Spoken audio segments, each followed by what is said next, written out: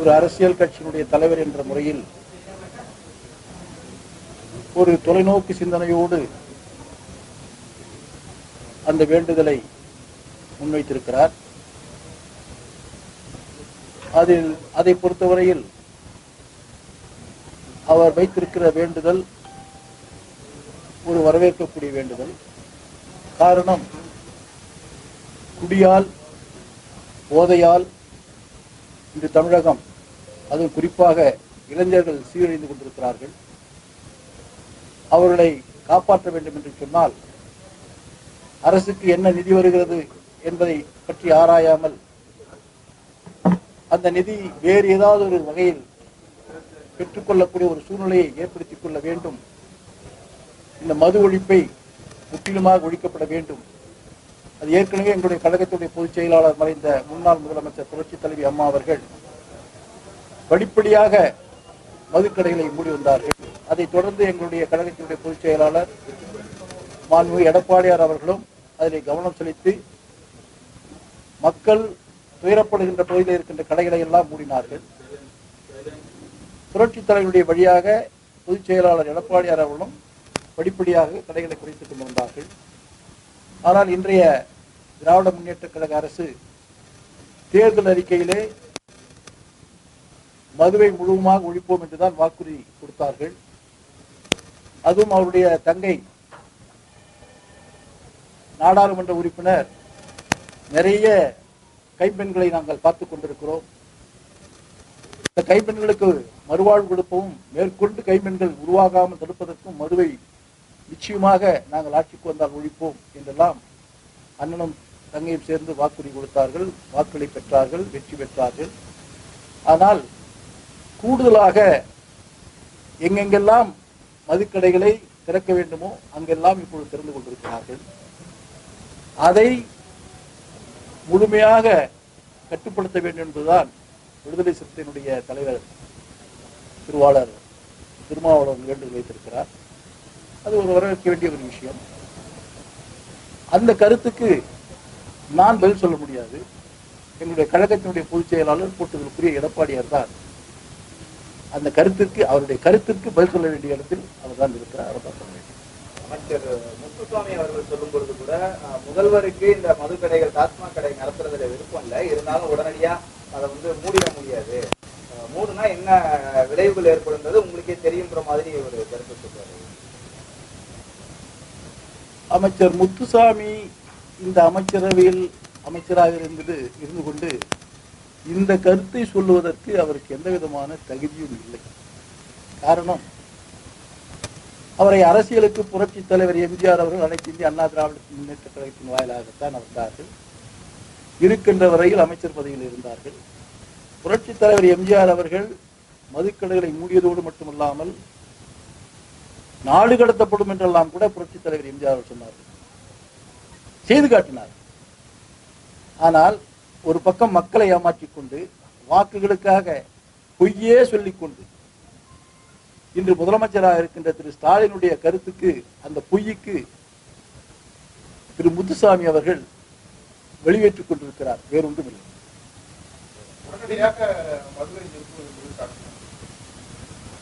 உடனடியாக மதுவை நிறுத்துவது என்பதை விட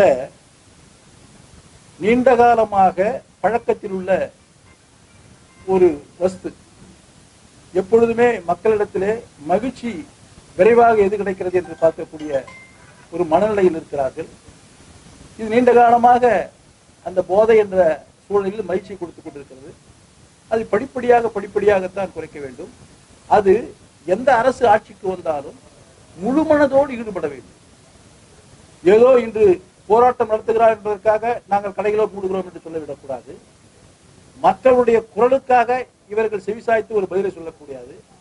ஆத்மார்த்தமாக உள்ளுணர்வோடு இந்த மக்களை காப்பாற்ற வேண்டும் என்ற சிந்தனையோடு ஒரு தலைவர் ஆட்சிக்கு வருகின்ற பொழுது அதனால் எந்த அளவிற்கு நஷ்டம் வந்தாலும் அதை ஏற்றுக்கொள்ளக்கூடிய, அதை எதிர்த்து போராடக்கூடிய, அதற்கு மாற்று வரியில் வருவாய் ஏற்படுத்திக் கொள்ளக்கூடிய மனோநிலையில் இருக்கின்ற தலைவர்கள் ஆட்சிக்கு வர வேண்டும். அந்த மனோநிலையில் தலைவர் எங்களுடைய பொதுச் செயலாளர் எடப்பாடியார் அவர்கள். நிச்சயமாக அவர் மீண்டும் ஆட்சிக்கு வருகின்ற பொழுது மது கொள்கையில் மாற்றம் இருக்கும் என்பதை நான் தெரிவிக்கிறேன்.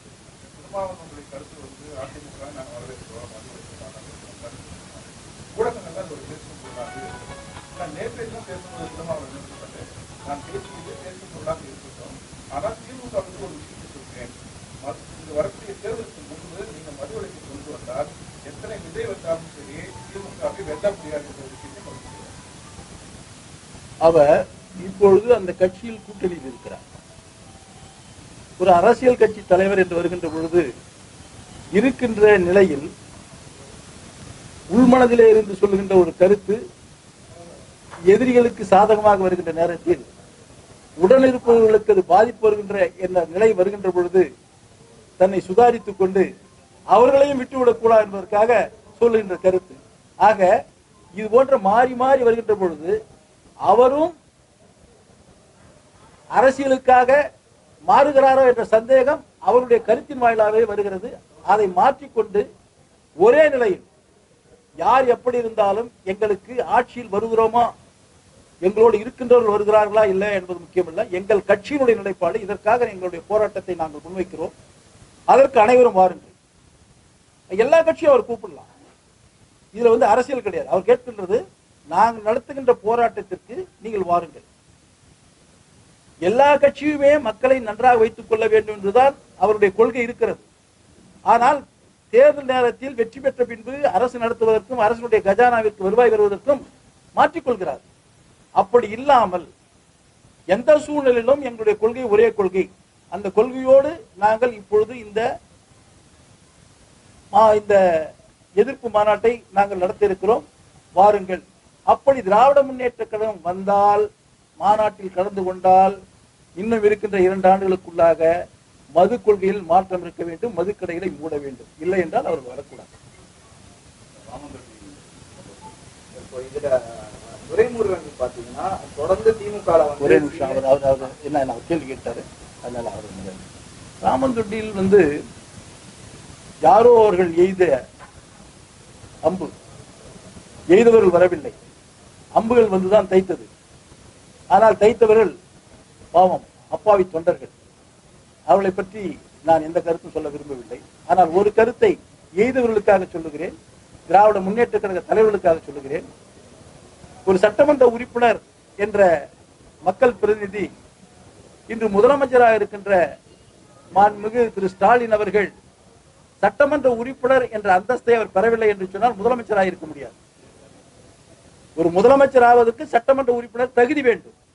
அவ்வளவு தகுதி மிக்க அந்த ஒரு பொறுப்பு அந்தந்த சட்டமன்ற தொகுதிக்குள் வருகின்ற ஒரு வேலைகளையோ அல்லது பணிகளையோ அல்லது வேறு விதமான நிலைகளையோ சட்டமன்ற உறுப்பினர் நேரடியாக கலந்து கொள்வதற்கும் ஆய்வு செய்வதற்கும் துவக்கி வைப்பதற்கும் அவருக்கு எல்லா விதமான உரிமையும் இருக்கிறது.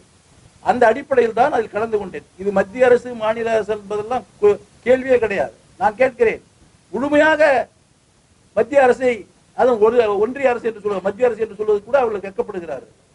முழுமையான ஒன்றிய அரசை எதிர்க்கின்றவர்கள் இதற்கு மட்டும் எப்படி வக்காலத்தில் வருவாய் வருகிறதா? நான் அப்படித்தானே கேட்க வேண்டும். அது எங்களுடைய பணம் இல்லை, மத்திய அரசு, நாங்கள் எதிர்க்கக்கூடிய அரசினுடைய பணம், நாங்கள் வருவதில்லை, நீங்கள் போய் பூஜை போட்டுக் கொள்ளுங்கள் என்று சொன்னால் அவர்கள் உண்மையிலேயே ரோஷக்காரர்கள். அரசியலுக்காக கபட நாடகம், அவருடைய தலைவர் எப்படி பொய் சொல்லி நாடகம் ஆடிக்கொண்டிருக்கிறார்களோ அதே போல இந்த மாவட்டத்தில் இருக்கின்ற தலைவர்களும் கபட நாடகம் ஆடிக்கொண்டிருக்கிறார்கள். அதுதான் உண்மை. ராமன்தொட்டி சம்பவத்திலேயே பார்த்தா உங்களுக்கு எதிர்ப்பு தெரிவித்தாங்க. அதே போல பல இடங்கள்ல அந்த சட்டமன்ற உறுப்பினர்கள் இல்லாம மாவட்ட செயலாளர்கள் போய் திட்டங்களை தொடங்கி வைக்கக்கூடிய சம்பவம் இருக்குது. குறிப்பா ராமன்தொட்டிலே ஒரு பேருந்து விடும் பொழுது அந்த பேருந்தை மாவட்ட செயலாளர் கொடியேற்றி துவங்கி வைக்கலன்ற ஒரு காரணத்துக்காக திரும்ப போன சம்பவங்கள்லாம் ரீசெண்டான காலகட்டத்தில் நடக்குது. அதாவது இன்றைய ஆட்சி ஒரு செயல்படாத ஆட்சி என்பதற்கு பல உதாரணங்கள் இருக்கிறது. நம்முடைய மாவட்டத்தில் எடுத்துக்கொள்ளலாம். நீங்கள் அந்த பேருந்து விடுவது, அரசு அதிகாரிகள் அவருடைய கடமையை செய்ய வேண்டும். அரசு அதிகாரிகள் அரசின் வாயிலாகத்தான் பேருந்தை விடுகிறோம். அங்கே அந்த தொகுதியிலே அந்த சட்டமன்ற உறுப்பினரோ பிரதிநிதியோ அல்லது அந்த பகுதியிலே இருக்கின்ற மக்கள் பிரதிநிதியோ கலந்து கொண்டால் கலந்து கொள்ளட்டும். இல்லை என்றால் அரசு அதிகாரிகள் ஏற்கனவே திட்டமிட்டபடி அதை விட வேண்டும். அதை நிறுத்துகிறார் என்று சொன்னால் அரசு அதிகாரிகளை கட்டுக்குள் திராவிட முன்னேற்ற கழகம், திராவிட முன்னேற்ற கழக தலைவர்கள் வைத்துக் கொண்டிருக்கிறார்கள். இப்பொழுது கூட மாம்பழ கண்காட்சி புரட்சி தலைவி அம்மாவுடைய ஆட்சி காலத்திலே கொண்டு வரப்பட்டது. விவசாயிகளுடைய நலன் கருதி விவசாயிகளுக்காகவே இந்த மாம்பழ கண்காட்சி கொண்டு வரப்பட்டது. குறிப்பாக கிருஷ்ணகிரி மாவட்டத்தில் மிகப்பெரிய விவசாயம் செய்யக்கூடிய விவசாயிகள் இருக்கின்ற காரணத்தினால் அந்த விழா ஒன்று வருடத்திற்கு மே மாசமோ ஜூன் மாசமோ எடுத்து விழாவாக இருக்கும். விவசாயிகளை கூப்பிட்டு கௌரவப்படுத்துவார்கள். விவசாயம் என்ற கருத்தரங்கள் நிறைய இருக்கும். அப்படி நடத்திய அந்த விழாவே கூட இந்த ஆட்சியில் இப்பொழுது இன்னுமே நடக்கவில்லை. மாம்பழ சீசன் போய் முடிஞ்சு போச்சு, முடிஞ்சு 3 மாசம் ஆகுது. இப்ப மாம்பழ கண்காட்சி 2 முறை தள்ளி வச்சாங்க, 3வது முறையும் தள்ளி வச்சாங்க. அப்புறம் காலையில 11 மணின்னாங்க, இப்ப 3 மணின்றாங்க. ஆக விவசாயிகளுடைய பலனை பற்றி பேசுவதற்காக ஒரு விழா எடுத்தால் கூட அந்த விழாவையும் கூட முறையாக செயல்படுத்த முடியாத செயலற்ற அரசாக, செயலற்ற நிர்வாகமாக இந்த அரசு இருந்து கொண்டிருக்கிறது என்பது இதற்கு ஒரே உதாரணம். அதோடு மட்டுமல்ல, இவர்கள் என்னுடைய சொந்த தொகுதியிலேயே நான் ஒரு பணியை செய்வதற்கு திராவிட முன்னேற்ற கழகத்தை சேர்ந்தவர்கள், தலைவர்கள், தொண்டர்களை அனுப்பி தடுத்திருக்கிறார்களே. ஊத்தங்கரை சட்டமன்ற தொகுதியில் சட்டமன்ற உறுப்பினர் பள்ளி மாணவர்களுக்கு சைக்கிள் கொடுக்க வேண்டும் என்று சொல்லுகிறார்கள், நான் வருகிறேன் என்று சொல்லுகிறார். ஆனால் அந்த கல்வி நிர்வாகம் அந்த தேதியில் குறிப்பிடாமல் இப்பொழுது வேலை இருக்கிறது, 2 நாள் கழித்துக் கொண்டு வைத்துக் கொள்ளலாம் என்று சொல்லிவிட்டு அதுக்கு அடுத்த நாள் பர்கூர் சட்டமன்ற உறுப்பினர் போய் சைக்கிளை விடுகிறார். அவர் வருத்தப்பட்டு சொல்லுகிறார். என்ன சொல்லுகிறார் என்று சொன்னால், நான் ஒரு ஆதி திராவிட சமூகத்தை சேர்ந்தவன், நான் சட்டமன்ற உறுப்பினராக போது எங்களுக்குரிய மரியாதையை இந்த அரசு கொடுப்பதில்லை, இந்த மாவட்ட நிர்வாகம் கொடுப்பதில்லை என்று வேதனையோடு சொல்லுகிறார். அடுத்த முறை வந்தால் பார்த்துக் கொள்ளலாம் என்று அவருக்கு சமாதானப்படுத்தியிருக்கிறார். திமுகவில் வந்து சீனியர் ஜூனியர் பிரச்சனை வந்து ஒரு பனிப்போர் மாதிரியே இருக்கிறதா பார்க்கப்படுது. குறிப்பா துரைமுருகன் அவர்கள் நேற்று பேசும்பொழுது கூட இளைஞர்கள் அதிக அளவுல வரணும், ஆனா வந்த உடனே எதையும் எதிர்பார்த்து வராதிங்க, கொஞ்சம் காத்திருங்க, அதுக்காக உழைச்சவங்க சீனியர்லாம் நிறைய பேர் இருக்கிறாங்க, குடும்பங்கள்லாம் விட்டு உழைச்சவங்க இருக்கிறாங்க அப்படின்ற ஒரு கருத்தை தெரிவிச்சிருக்காரு. இதற்கு முன்னதாகவே வந்து உதயநிதி ஸ்டாலின் வந்து ரஜினி பேசின கருத்தை வரவேற்றிருக்காருன்ற போது இந்த இடத்துல கருத்தை எப்படி பார்க்குறீங்க? ஏற்கனவே நான் சொன்னேன், திரு துரைமுருகன் அவர்கள் திராவிட பாரம்பரியத்தில் வந்தவர்.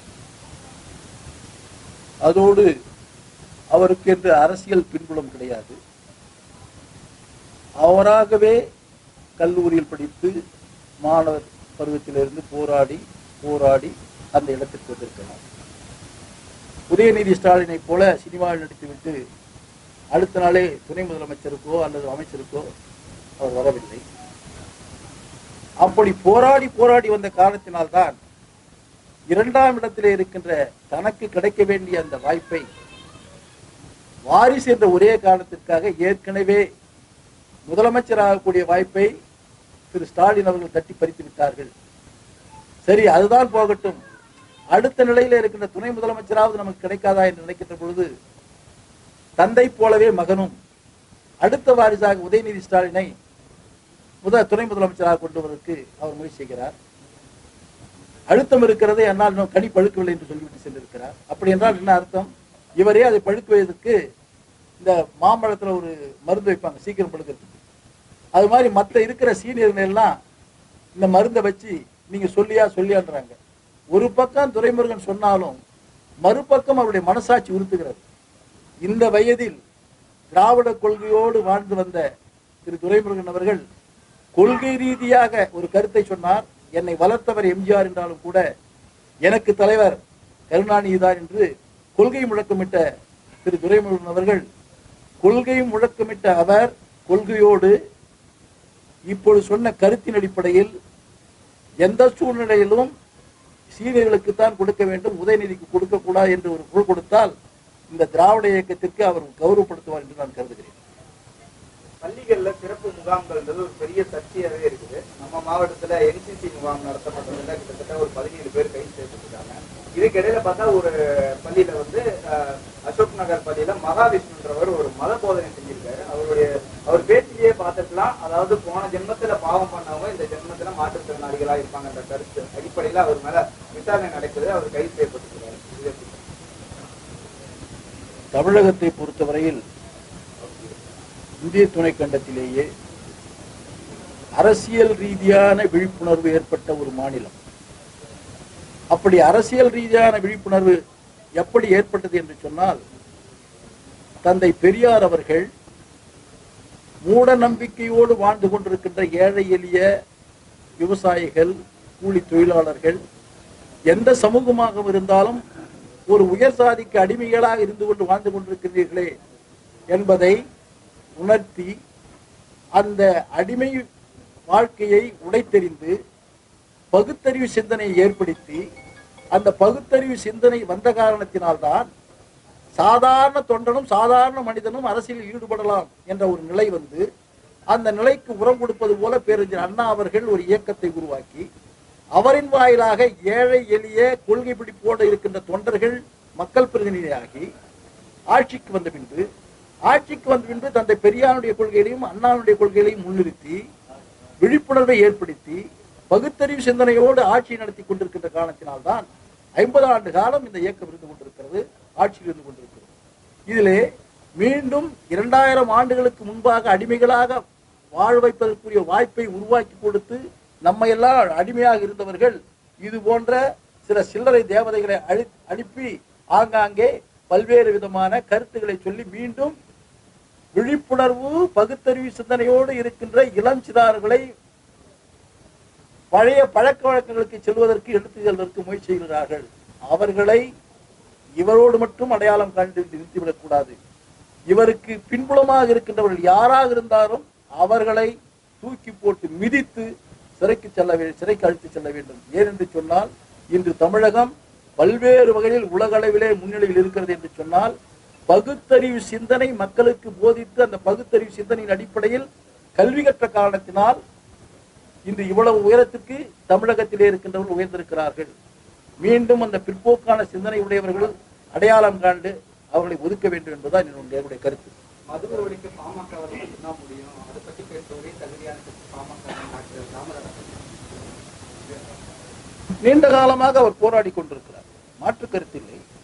ஏனென்று சொன்னார், ஐயா ராமதாஸ் அவர்கள் நீண்ட காலமாக போராடி கொண்டிருக்கிறார்.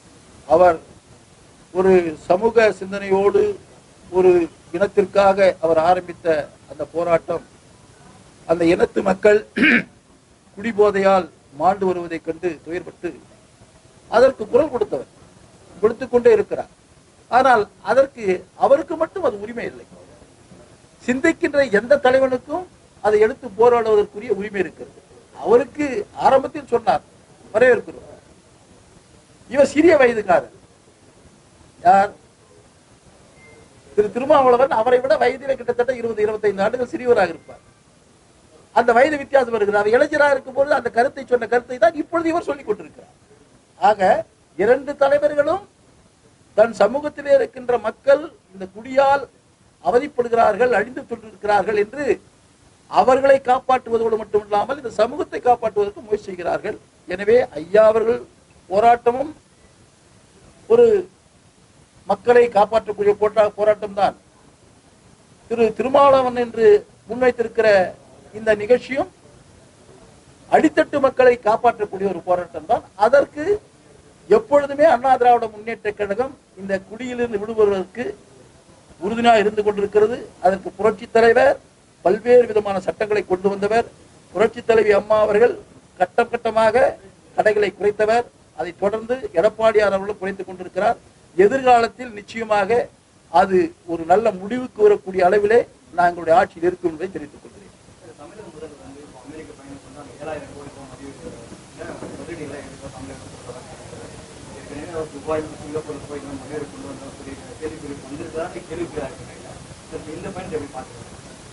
நாம் ஏற்கனவே எங்களுடைய பொதுச் செயலாளர் சொல்லியிருக்கிறார், பல்வேறுபட்ட தரப்பிலே இருந்தும் நாங்கள் சொல்லியிருக்கிறோம்.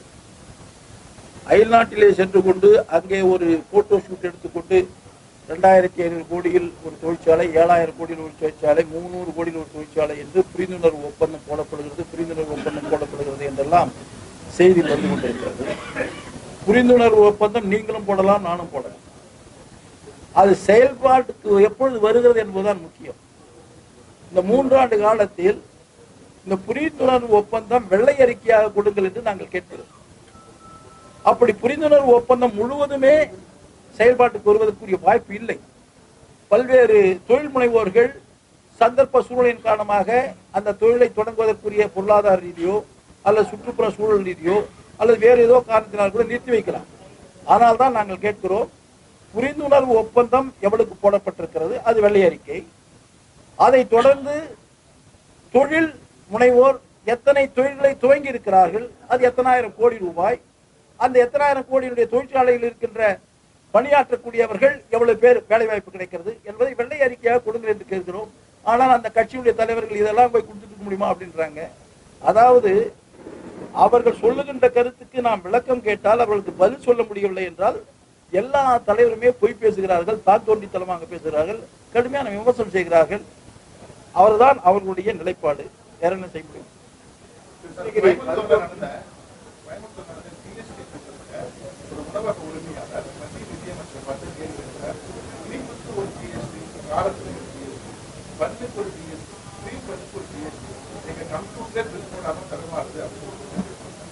ஆனா இதுக்கு விளக்கம் சொல்ல மறுத்த மத்திய அமைச்சர் இன்னைக்கு காலையில் ஒரு பிரஸ் மீட்ல சொல்றாங்க, ஜிஎஸ்டி கவுன்சில் முறையாக எல்லாம் பரிசீலனை செஞ்சு நாங்கள் ஜிஎஸ்டி போடுறோம். அவருடைய கருத்தை பற்றி அந்த கவலை ஒரு கருத்தை பதிவு பண்ணிருக்காங்க. அவர்கள் ஏசி அறையில உட்கார்ந்து கொண்டு உயரதிகாரிகளை வைத்துக் கொண்டு எப்படி வருவாய் வரவைப்பது என்பதை மட்டும்தான் அவர்கள் சிந்தித்துக் கொண்டிருக்கிறார். அவர்கள் சிந்திக்கின்ற அதே நேரத்தில் இந்த வருவாயை கொடுக்கின்றவர்கள் எப்படி சிரமப்பட்டு அந்த வருவாயை கொடுக்கிறார்கள் என்று சிந்தித்தால் நிச்சயமாக இந்த கேள்விகள் எல்லாம் எழாது. அந்த சிந்தனையே அவர்களுக்கு வருவதில்லை. ஒரு உதாரணத்துக்கு சொல்லுகிறேன். நம்முடைய கிருஷ்ணகிரி டோல்கேட் 2011 அது உபயோகத்திற்கு வந்தது. அந்த டோல்கேட் அந்த பிஓடி வந்து 535 கோடி ரூபாயில் ஒப்படைக்கப்பட்டது, ஒப்பந்தம் முடிக்கப்பட்டது. அது 30 ஆண்டு காலம். இன்னைக்கு ஒரு நாளைக்கு 1 கோடி ரூபாய் அந்த டோல்கேட்ல வருமானம் வருகிறது. மத்திய அரசுக்கு எவ்வளவு செல்லுகிறது? அதுல ஜிஎஸ்டி கிடையாது. அது ஜிஎஸ்டி கிடையாது. ஏன் ஜிஎஸ்டி போட வேண்டியதானே? அதுக்கு நீ சாதாரணமான ஒரு விவசாயி ஏதாவது ஒரு பொருளை உற்பத்தி பண்ணா உடனே ஜிஎஸ்டி போடுறீங்கல்ல. ஒரு மணலை வீட்டு கட்டு போனா, ஒரு ஜெங்கலை வீட்டு கட்டணும் போனா, ஒரு ஜல்லி விட்டு போனா 5% ஜிஎஸ்டி போடுறீங்கல்ல. ஒரு மருந்துக்கு 28% ஜிஎஸ்டி போடுறீங்கல்ல. உயிர்காப்பு மருந்துகளுக்கு 18% போடுறீங்கல்ல. இது போக்குவரத்துல வந்து ஒரு நாளைக்கு ஒரு டோல்கேட், கிருஷ்ணகிரி டோல்கேட்ல 1 கோடி ரூபாய் வருமானம் வருகிறது. 535 கோடி ரூபாய், கிட்டத்தட்ட 30 ஆண்டுகள். ஒரு நாளைக்கு 1 கோடி ரூபாய் வந்துச்சுன்னா வருஷத்துக்கு 365 கோடி ரூபாய் வருது. 30 வருஷத்துக்கு கணக்கு போடுங்க, 9,000 கோடி ரூபாய் வருது. இதனுடைய லாபம் எல்லாம் எங்க போகுது? யாருக்கு போகுது? எந்த வகையில போகுது? இதெல்லாம் இல்லாம கடந்த மாதத்துல வந்து 5% ஜிஎஸ்டி 5% உயர்த்திருக்காங்க. என்ன கொடுமை! ஏன் இவ்வளவு வருவாய் வருது? மத்திய அரசாகட்டும் இல்ல இந்த மாநில அரசாகட்டும் ஏற்கனவே கொடுத்து கொண்ட ஒரு வண்டிக்கு இவ்வளவுனா அதுல 5% குறைக்க சொல்லணும், 10% குறைக்க சொல்லணும். ஏற்கனவே வருவாய் கூடுதல் 57 கிலோமீட்டர். 57 கிலோமீட்டருக்கு வந்து மெயின்டெனன்ஸ் எவ்வளவு ஆக போகுது? நீ 5 வருஷத்துக்கு ஒரு தான் மெயின்டெனன்ஸ் பண்ற. இப்பயும் குண்டு குடிமா தான் இருக்கு. நிறைய ஆக்சிடென்ட் ஆயிட்டு இருக்கு. அது ஒழுங்கா மெயின்டைன் பண்ண தெரியறதில்லை. இந்த அளவிற்கு மத்திய அரசுக்கு மறைமுகமான வருவாய் வருகிறது. யாருக்கு வருகிறது? யாருக்கு போகிறது? அவர்கள் யார்?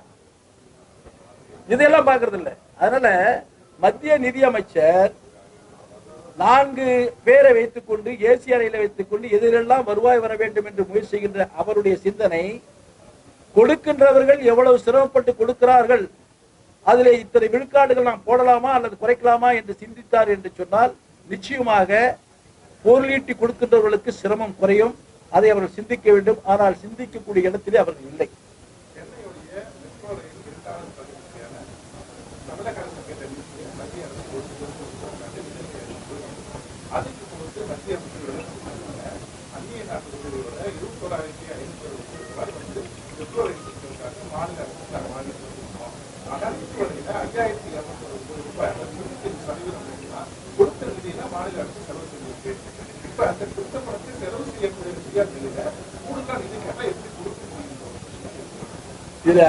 இவங்க என்ன வகையில சொல்றாங்க? ஸ்டேட் கவர்மெண்ட் ஏற்கனவே முதலமைச்சர் போய் சொல்லிட்டு, ஏன்னா 2வது மெட்ரோ அந்த ரயில் சேவையை முன்னாள் முதலமைச்சர் போற்றுதலுக்குரிய எடப்பாடியார் அவர்கள் தான் 63,000 கோடி ரூபாய் துவக்கி வைத்தார். அவர் தொடர்ந்து முதலமைச்சராக இருந்திருந்தால் நிச்சயமாக இந்த வேலை முடிந்திருக்கு. அவருக்கு தெரியும் மத்திய அரசு மாற்றான் மனப்பான்மையோடு இருந்தாலும் கூட அவர்களை எப்படி கையாள்வது என்ற திறமை எடப்பாடியாருக்கு இருக்கிறது.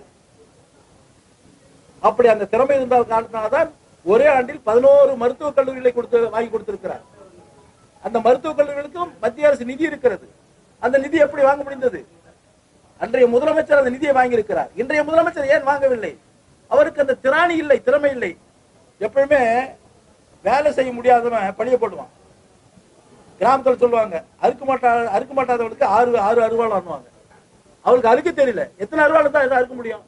அது மாதிரி திறமையா மத்திய அரசு கிட்ட பணம் வாங்க தெரியல முதலமைச்சர் அந்த பதவி என்ன பிரயோஜனம்? அதனால இவங்களும் பொய் சொல்றாங்க. அந்த மத்திய அமைச்சரும் காழ்ப்புணர்ச்சியோடு தான் பதில் சொல்றாங்க. ஒரு மாநிலம் தமிழகம் இந்திய துணைக்கண்டத்தின் ஒரு பகுதியாக இருக்கிறது என்ற சிந்தனை இல்லாமல் காழ்ப்புணர்ச்சியோடு தான் பதில் சொல்லிக் கொண்டிருக்கிறார்கள். எனவே 2 பேர் சொல்லுவதும் முழுமையாக உண்மையாக இல்லை என்பதை நான் தெரிவித்துக் கொள்கிறேன். முன்னே சொல்லிட்டேன் தம்பி, ஃபாலோ பண்ணலையா? நீங்க எதுவும் சொல்லாதீங்க. நான் முன்னே சொல்லிட்டேன், எங்க பொதுச்செயலாளர் தான் அதுக்கு பதில் சொல்லணும். சரியா தம்பி? மருத்துவக் கல்லூரியில இன்ன வரைக்கும் அந்த ஸ்கேன் எடுக்கக்கூடிய வசதி இல்லை. எம்ஆர்ஐ ஸ்கேன் எடுக்கணும்னா இங்க இருந்து ஆம்புலன்ஸ் போனோம், பழைய கிருஷ்ணகிரி போக வேண்டிய இவ்வளவு கட்டமைப்புல இவ்வளவு செலவுல உருவாக்கப்பட்ட ஒரு மருத்துவக் கல்லூரியுடைய அடிப்படை தேவையே எம்ஆர்ஐ ஸ்கேன் தான். இப்போ இன்னும் நீங்க சொல்றேன், முன்னாள் முதலமைச்சர் எடப்பாடியார் அவர்கள் 350 கோடி ரூபாய் செலவு செய்து அந்த இடத்தை தேர்வு செய்து மருத்துவக் கல்லூரியை கட்டி கொடுத்தார்கள். இவங்க சொல்றாங்களே எங்க ஆட்சின்னாங்களே, எடப்பாடியார் கொண்டு வந்த மருத்துவக் கல்லூரியை இன்றைய முதலமைச்சர் திறந்து வச்சார். அந்த இடத்துல நிற்கிற, அவ்வளவுதான் திறக்கிற. அதே மாதிரிதான் இந்த இடத்துல நான் சட்டமன்ற உறுப்பினர், நான் அதை செய்யறேன். அந்த ஒரு அடிப்படை அறிவு கூட இல்லாத இந்த மாவட்டத்தில் இருக்கிற தலைவர்கள் நடந்து கொள்கிறார்கள். அது அடுத்தது, அந்த எம்ஆர்ஐ ஸ்கேன் ஏற்கனவே இருக்கிற ஜிஹெச்ல இருக்கு. அது உடனே இங்க ஷூட் பண்ணலாம், இல்ல கொண்டு கொடுத்துருக்கலாம். நாங்க ஆட்சியில் இருந்தா நிச்சயமாக கொடுத்துருக்கோம். ஏன்னா ஒரு நாளைக்கு 1000 பேஷண்ட்டுக்கு மேல மருத்துவக் கல்லூரி மருத்துவமனைக்கு வந்துட்டு இருக்கிறாங்க. அந்த பேஷண்ட்டை மறுபடியும் எடுத்துட்டு போனா ஜிஹெச்சுக்கு போயிட்டு அங்க எம்ஆர்ஐ ஸ்கேன் எடுத்துட்டு வரணும். அந்த பேஷண்ட்டை கொண்டு போறது யாரு? ஒரு ஏழ்மை நிலையில வர்றாங்க, வசதியாக இருந்தா பரவாயில்ல, அவன் காரோ ஏதோ டாக்ஸி வச்சு எடுத்துட்டு போயிடுவான். ஏழ்மையில வர்றவங்க தடுமாறுறாங்க, வெளியில ஆட்டோ பிடிக்கிறது சிரமப்படுறாங்க, அது காசு இல்லை. அங்க இருக்கிற மருத்துவர் என்ன சொல்றாங்க, எங்ககிட்ட இல்லைங்க, நீங்க அங்க போய் எடுத்துட்டு வாங்க, சீட்டு எழுதி கொடுத்துட்றாங்க. இன்றைய ஆட்சியாளனுடைய அவலம் இது. அதோட மட்டுமில்ல, கவர்மெண்ட் மருத்துவக் கல்லூரி மருத்துவமனையில தண்ணி பற்றாக்குறை இருக்கு. அதுக்கு எந்த விதமான நடவடிக்கை இந்த அரசு எடுக்கல. நாங்க கொண்டு அந்த எந்த நிலைக்கு அந்த மருத்துவக் கல்லூரி கொடுத்தோமோ அதே அளவில் தான் இருக்கு. கூடுதலா எந்த விதமான வசதியும் இந்த அரசு செய்யவில்லை என்பதை தெரிவித்துக் கொள்கிறேன்.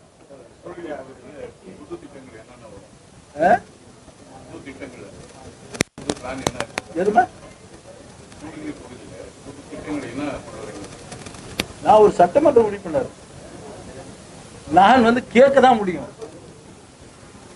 அரசு எங்களுடைய அரசு இருந்திருந்தா நான் இப்ப சொல்லுவேன். ஏன்னா நிறைய கோரிக்கைகள் சூளகிரி வேப்பனப்பள்ளி தொகுதி தேவைப்படுது. நாங்கள் ஆட்சியில் இருந்தோம்னா, ஏற்கனவே நாங்கள் ஆட்சி இருக்கும் போது போய் எடப்பாடியார் அவர்கள் இந்த பகுதியுடைய விவசாயிகளுடைய நலன் கருதி கொடியாலம் டேம்ல இருந்து லிப்ட் இரிகேஷன்ல 250 கோடி ரூபாய் கிட்டத்தட்ட 30 ஏரிகளுக்கு தண்ணீர் கொடுப்பதற்காக அறிவிச்சாரு. அதே மாதிரி இங்க தூள்செட்டி ஏரிக்கு இப்போ வேலை நடந்துட்டு இருக்கு. அது நாங்க தான் கொண்டு வந்தோம், இவங்க கொண்டு வரல. நிறைய ஏரிகள் நான் சட்டமன்ற உறுப்பினர் என் நிதியிலிருந்து 1 கோடி ரூபாய்க்கு கீழ்ப்பகுதியில் காவாய் எடுத்து நிறைய ஏரிகளுக்கு தண்ணி கொடுத்துட்டு இருக்கோம். நாங்கள் ஆட்சிக்கு இருந்தால் நாங்கள் இந்த தொகுதியை சுற்றுப்பயணம் செய்த பொழுது என்னென்ன தேவைகள் என்று நாங்கள் அறிகிறோமோ, மக்கள் கோரிக்கைகள் என்ன என்று தெரிந்து கொள்கிறோமோ, அதை உடனடியாக துறை அமைச்சரிடத்தில் சொல்லி அதிகாரத்தில் சொல்லி நாங்கள் உடனடியாக நடவடிக்கை எடுப்போம்.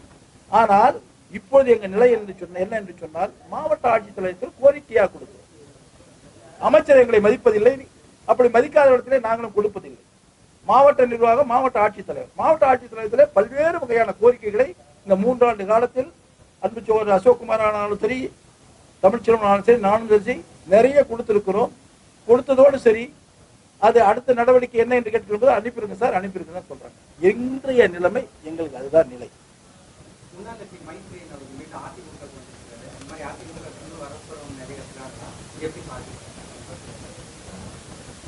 அதாவது எங்கள் இயக்கத்திலிருந்து ஏதோ ஒரு காரணத்துக்காக வெளி சென்ற பின்பு இக்கரைக்கு அக்கறை பச்சைன்னு போவாங்க தெரியுங்களா, அப்படி போனவர்கள் நாம் நம்முடைய தன்மானம், நம்முடைய மரியாதை நம்முடைய தாய் கழகத்தில் தான் இருக்கிறது என்று உணர்ந்து அவர் வந்து கொண்டிருக்கிறார்கள். அவர்களை எங்களுடைய பொதுச் செயலாளர் மனமாற வரவேற்கிறார். நாங்களும் அதை ஏற்றுக்கொள்கிறோம்.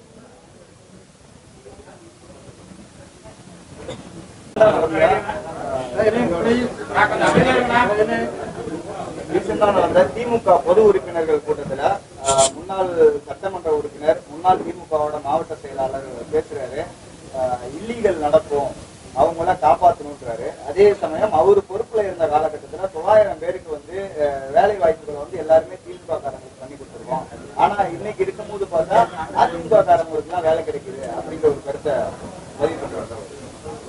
திரு செங்கூட்டவன் அவர்கள் மாவட்ட செயலாளர் சட்டமன்ற உறுப்பினராக உள்ள காலத்தில் 900 பேருக்கு அவர் கட்சியிலே யாருக்கும் கொடுக்காமல் அவர்களுக்கே கொடுத்தோம் என்று ஒரு வாக்குமூலம் கொடுத்திருக்கிறார். அப்படி என்றால் தமிழகம் முழுவதும் இருக்கின்ற திராவிட முன்னேற்ற கழகத்துடைய மாவட்ட செயலாளர் அமைச்சர்கள் அனைவருமே அந்த கட்சிக்கு சேர்ந்தவர்களுக்குத்தான் வேலை வாய்ப்பு கொடுத்திருக்கிறார் என்பது அவர் வாயிலாக அது உறுதிப்படுகிறது. எனவே இந்த இவருடைய கருத்தின் அடிப்படையில் அதை ஒரு விசாரணைக்கே எடுத்துச் செல்வதற்குரிய சூழலை நாங்கள் முன்னெடுத்து செல்வோம் என்று நான் கருதுகிறேன். காரணம், அரசனுடைய வேலைகளை ஒரு கட்சியுடைய தலைமை ஆட்சியில் இருக்கிறது என்பதற்காக அவர் போடுகிறார் என்று சொன்னால் அந்த கட்சி அந்த ஆட்சி ஜனநாயக ஆட்சி இல்லை, அது ஒரு சர்வாதிகார ஆட்சி. அந்த சர்வாதிகார ஆட்சியில் இன்று முதலமைச்சராக இருக்கின்ற திரு ஸ்டாலின் அவர்கள் சர்வாதிகாரம் இருந்து கொண்டிருக்கிறார். அப்படிப்பட்ட இந்த சூழ்நிலையில் இது போன்ற கருத்து மிகவும் முக்கியத்துவம் வாய்ந்த கருத்து. ஏனென்று சொன்னால் செய்ததை அவர் சொல்லி இருக்கிறார். இந்த வீடியோ உங்களுக்கு பிடிச்சிருந்தா ப்ளீஸ் லைக் அண்ட் ஷேர் பண்ணுங்க. மறக்காம எங்க சேனலை சப்ஸ்கிரைபும் பண்ணுங்க.